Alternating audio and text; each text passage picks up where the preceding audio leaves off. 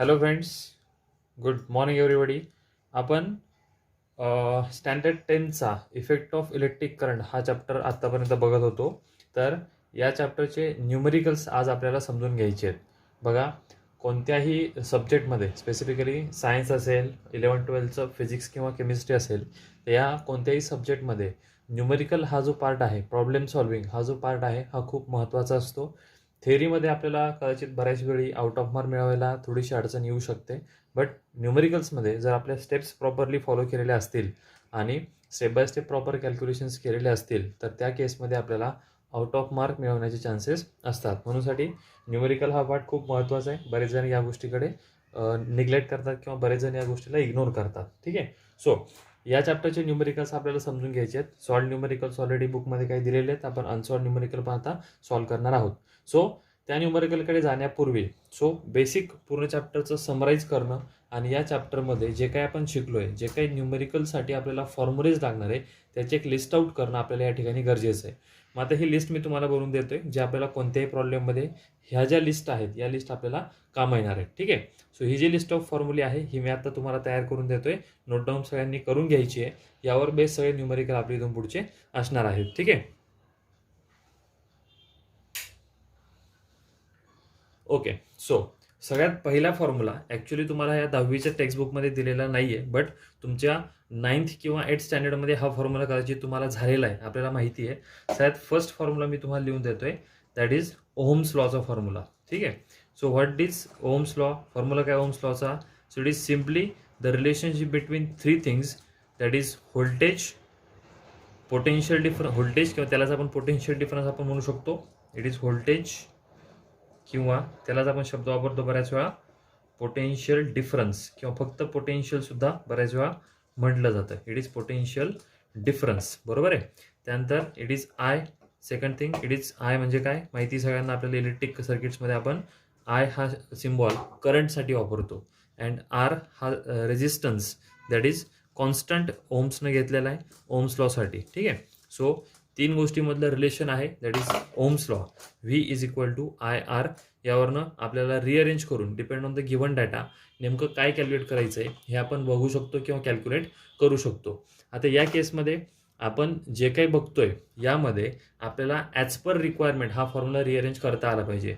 म्हणजे समजा आय आणि आर दिला आहे आणि व्ही तुम्हाला काढायला सांगितला, तर आपण सिम्पल आय आणि आरची व्हॅल्यू टाकू शकतो आणि ही व्हॅल्यू आपण कॅल्क्युलेट करू शकतो. पण जर तुम्हाला आय कॅल्क्युलेट करायला लावला, आर आणि व्ही तुम्हाला जर न्यूमेरिकलमध्ये दिलेला असेल, तर या ठिकाणी हा फॉर्म्युला आपण रिअरेंज करू शकतो लाईक दिस. सिम्पली आर इकडे येऊन काय होईल, divide. So it will fine I is equal to, yes will get V upon R. Simple भाषेमध्ये आपल्याला हा फॉर्म्युला भेटणार आहे. ओके. सो अगदी सोप्या भाषेमध्ये मी तुम्हाला हे समजून सांगतोय, थोडंसं व्यवस्थित लक्ष द्यायचं आहे आणि प्रॉपरली समजून घ्यायचं आहे. फॉर्म्युला आपला हा बेसिक आहे, झालेला आहे, पण आपण याला निग्लेक्ट करत असतो. So V is equal to I R किंवा I is equal to V upon R किंवा आर कॅल्क्युलेट करण्यासाठी पण याला आपण परत रिअरेंज करू शकतो. सो व्हेरी फर्स्ट फॉर्म्युला तुम्हाला लिहून दिला आहे, note it down. That is formula for Ohm's law, जो आपल्याला पुढचे फॉर्म्युलेस तयार करताना परत एकदा यूज करावं लागणार आहे. ओके. ठीक आहे. नेक्स्ट पुढच्या फॉर्म्युल्याकडे तुमच्या चॅप्टरच्या सेकंड पेजवरती एक सिम्पल कन्सेप्ट तुम्हाला सांगितला आहे. आपल्याला ही गोष्ट माहिती आहे की जेव्हा इलेक्ट्रिकल सर्किट्समधनं आपण इलेक्ट्रिक करंट फ्लो करतो तेव्हा ते सर्किट जे असतात किंवा वेगवेगळे कंपोनंट, आपण घरी PC, कम्प्युटर वगैरे वापरतो, टी व्ही असेल तर TV वापरतो, तर आपल्याला माहिती आहे हे जे इलेक्ट्रिकल कंपोनंट आहे कंटिन्युअसली जर रन करत राहिलो ते काय होतात, गरम होतात. गरम म्हणजेच काय, तर त्या ठिकाणी हीट त्या ठिकाणी जनरेट करतात. सो सिम्पल या हीटचाच यूज केलेला या ठिकाणी तुमच्या बऱ्याचशा गोष्टी कॅल्क्युलेट करण्यासाठी. सो या ठिकाणी हीटच्या टर्ममध्ये, दॅट इज हीट एनर्जी टर्ममध्ये काही फॉर्म्युलेज तुम्हाला दिले आहेत इलेक्ट्रिकल पॉवरसाठी. सो सगळ्यात बेसिक एक रिलेशन सांगतो तुम्हाला पॉवर आणि एनर्जीमधलं. यस, पॉवर अँड एनर्जी या दोन्हीमधलं एक बेसिक रिलेशन सांगतो, जे रिलेशन कोणत्याही ठिकाणी जा, म्हणजे इलेक्ट्रिक सर्किटमध्ये असो किंवा मेकॅनिक्समध्ये असो, हे सगळीकडे सेम राहणार आहे. काय फॉर्म्युला आहे आपला? Yes, electric power, I will denote it by P is equal to energy per unit time. Yes, power P is equal to energy per unit time. Power आणि एनर्जी यांच्यामधलं relation, energy, use of energy और the energy given out per unit time, it is called as power. मग या ठिकाणी एनर्जीचं unit आपण घेतो joule. याचं unit काय असणार आहे हे पुढे सांगूयात. युनिट काय असेल याचं? सो एनर्जीचं युनिट असतं माहिती आहे आपल्याला, येस इट इज जूल. आणि टाइमचं युनिट असतं, येस याचा युनिट घेतो आपण second. So joule per second it is the unit of power. I repeat, joule per second is the unit of power. यालाच आपण सिंपल भाषेमध्ये काय म्हणतो, इट इज वॅट किंवा वॅटेज जो शब्द आपण वापरतो. बऱ्याच न्यूमरिकलमध्ये तुम्हाला कॅल्क्युलेशन्स करताना किंवा विचारताना कधी कधी डायरेक्ट म्हणतात कॅल्क्युलेट द पॉवर, किंवा कधी कधी असाही शब्द वापरला जातो कॅल्क्युलेट द वॅटेज. काय कॅल्क्युलेट करायला होतात, calculate the weightage. So weightage म्हणजे काय, तर इंडायरेक्टली आपण समजून घ्यायचं की आपल्याला काय काढायचं आहे, पॉवर कॅल्क्युलेट करायचं आहे. सो पॉवरसाठी हा very general formula that is energy per unit time, जो आपल्याला वेगवेगळ्या ठिकाणी यूज करायचा आहे. आता याचं एक समराईज करून 2-3 फॉर्म्युले तुम्हाला दिले आहेत, याला समराईज करून थोडंसं वेगळ्या पद्धतीने मी तुमच्यासमोर मांडणार आहे. आता याच्याही पुढं याच फॉर्म्युल्याला परत आपण जर रिअरेंज केलं, एनर्जी काढायची असेल आपल्याला, तर टाइम इकडे मल्टिप्लाय होतो. So I write energy E is equal to आपण घेऊ शकतो पी इंटू टी. आता या चॅप्टरमध्ये तुम्हाला एनर्जी ही जी आहे ही specifically I am saying for only this chapter, energy E जी आहे ती एनर्जी ई आपल्याला हीट एनर्जी घ्यायची आहे. म्हणून त्या ठिकाणी कॅपिटल ईच्या ऐवजी आपण एच हा सिम्बॉल वापरू शकतो. काय म्हणतो या ठिकाणी लिहितो मी ऑर एच. सो कॅपिटल ईच्या ऐवजी आपण हीट एनर्जी म्हणून एच हा सिम्बॉल वापरू शकतो. सो हीट एनर्जीसाठी एच इज इक्वल टू आपल्याला फॉर्म्युला भेटला, it is power into time. हा फॉर्म्युला लक्षात घ्या, हे आपल्याला यूज करायचे पुढे. ओके, सो सेम फॉर्म्युला मी रिअरेंज केला, हीट एनर्जी किंवा एनर्जी काही म्हटलं तरी आपल्याला तेच कॅल्क्युलेट करायचे. एनर्जी युनिट असणारे जूल, हे समजून घ्या. ओके, सो पुढे जाऊयात. पॉवरचा फॉर्म्युला हा इन जनरल सांगितला. आता इलेक्ट्रिकल सर्किट्समध्ये आपल्याकडे थोडं समजून घ्या, पॉवरचे 3 फॉर्म्युले आहेत. आय रिपीट, थोडं समजून घ्या, पॉवरचे 3 फॉर्म्युले आहेत. आणि हे तिन्हीचे फॉर्म्युले तुम्हाला जर पॉवरचे असतील तर सेम त्याला टीने मल्टिप्लाय केल्यानंतर आपल्याला एनर्जीचे म्हणजे हीटचे सुद्धा 3 फॉर्म्युले भेटणार आहेत. सो ते आपल्याला आता डिटेलमध्ये बघायचे, एवढा एकदा नोट डाऊन करून घ्या. Okay, fast. सो इलेक्ट्रिकल सर्किट्समध्ये तुम्हाला 3 बेसिक पॅरामीटर्स आहेत जे आपण ओम्स लॉमध्ये वापरले, दॅट इज व्ही, आय आणि R. That is voltage, current and resistance. या तिन्हीच्या टर्ममध्ये पॉवरचे आपल्याला 3 वेगवेगळे फॉर्म्युले बघायला मिळतात. फर्स्ट फॉर्म्युला पॉवरचा आहे, थोडं समजून घ्या मी काय सांगतोय, एकदम शॉर्टमध्ये सांगतोय. पॉवरचा फर्स्ट आणि बेसिक फॉर्म्युला आपल्याकडे आहे व्ही इंटू आय. इलेक्ट्रिकल सर्किट्समध्ये हे वेगवेगळे फॉर्म्युले आपण यूज करतो. P is equal to V into I. It is a product of voltage and current और पोटेन्शियल डिफरन्स अँड करंट. याच्यात एक स्टेप पुढे गेल्यानंतर समजा या केसमध्ये बघा, याच्यावरनंच आपल्याला बाकीचे 2 फॉर्म्युले म्हणजे हा एक बेसिक फॉर्म्युला, याच्यावरून आपण सगळे अजून 5 फॉर्म्युले तयार करणार आहोत. त्यामुळे थोडंसं व्यवस्थित लक्ष द्या. सो फक्त व्हीची व्हॅल्यू या ठिकाणी टाकली in terms of Ohm's law. V is equal to काय फॉर्म्युला होता आपला, लक्षात घ्या, आठवत असेल तुम्हाला. व्ही इज इक्वल टू काय फॉर्म्युला होता आपला, yes sorry, it is V is equal to I into R हा फॉर्म्युला होता. व्हीची व्हॅल्यू एकदा टाकली तुम्हाला दुसरा फॉर्म्युला भेटून जाईल. आयची व्हॅल्यू एकदा टाकली याच्यावरूनच तुम्हाला तिसरा फॉर्म्युला भेटून जाईल. काय म्हणतोय लक्षात घ्या. सो व्हीची व्हॅल्यू आय इंटू आर टाकली, काय भेटेल बोला या ठिकाणी. सो सेकंड फॉर्म्युला पीचा भेटतोय तुम्हाला. व्हीची व्हॅल्यू मी इथं आय इंटू आर टाकली, this I into R into हा आय तसाच. सो सेकंड फॉर्म्युला तुम्हाला भेटला, it is I into I, it is I square into R, that is I square R. हा झाला तुमचा सेकंड फॉर्म्युला पॉवरसाठी. In same manner third formula आपल्याला भेटणार आहे. जसं मी आता सांगतोय तुम्हाला, येस थर्ड फॉर्म्युला कसा भेटणार, याच फॉर्म्युल्यामध्ये जसं आता व्हीची व्हॅल्यू टाकली तसं आयची व्हॅल्यू टाकायची. मग याच्यावरून आयची व्हॅल्यू काय येणार आहे, मगाशी काढून दाखवली, I is equal to V upon R. So V upon R इथे टाकून देऊ, या ठिकाणी आयची व्हॅल्यू बोला काय मग, P is equal to V तसाच इंटू आयची value V upon R. So काय भेटेल फॉर्म्युला बोला, व्ही अपॉन आर व्हॅल्यू टाकली. सो फायनल फॉर्म्युला काय भेटला बोला, it is V into V, it is V square upon R. Clear होते सर्वांना. सो हा फर्स्ट फॉर्म्युला भेटला पॉवरचा, हा सेकंड फॉर्म्युला भेटला पॉवरचा, आणि हा थर्ड फॉर्म्युला भेटला पॉवरचा. ठीक आहे, हे तुमच्या नोटबुकमध्ये प्रॉपरली लिहून घेणं गरजेचं आहे. सो या पॉवरच्या 3 फॉर्म्युल्यावरनं आपण इतक्यात सांगितलं पॉवर आणि एनर्जीचं रिलेशन.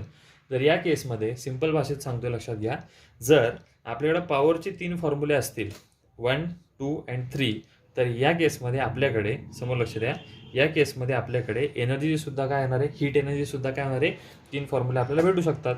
सो एनर्जी आणि पॉवरमध्ये काय रिलेशन आहे, yes energy is equal to power into time.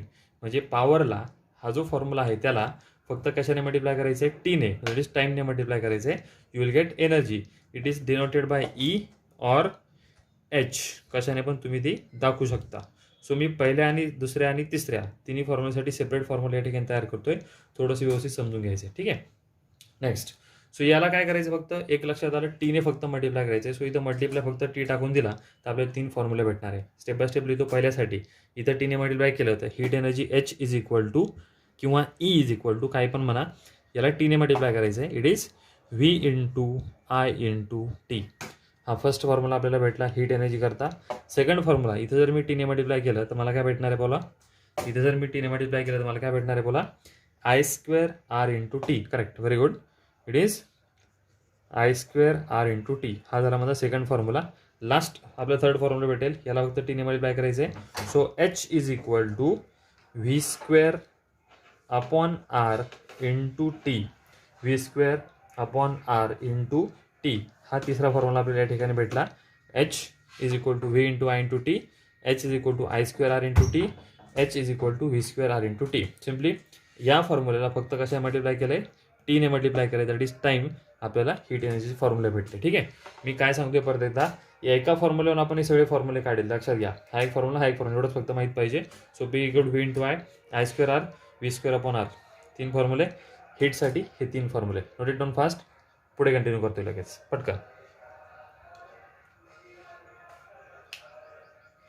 Okay, आता एक लास्ट आणि महत्त्वाचा फॉर्म्युला या ठिकाणी, दॅट इज जनरली आपण डेली लाईफमध्ये ते वापरतो. इट इज फोर्थ फॉर्म्युला असं म्हणूयात आपण याला.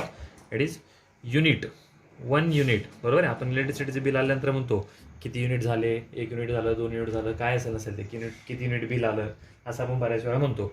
युनिट म्हणजे काय, तर ॲक्च्युली आपण काय करतोय, तर ती एनर्जी आपण वापरतोय, त्या एनर्जीचं युनिट आपण म्हणतोय युनिट. एनर्जीला आपण कॅल्क्युलेट करतोय इन टर्म्स ऑफ युनिट.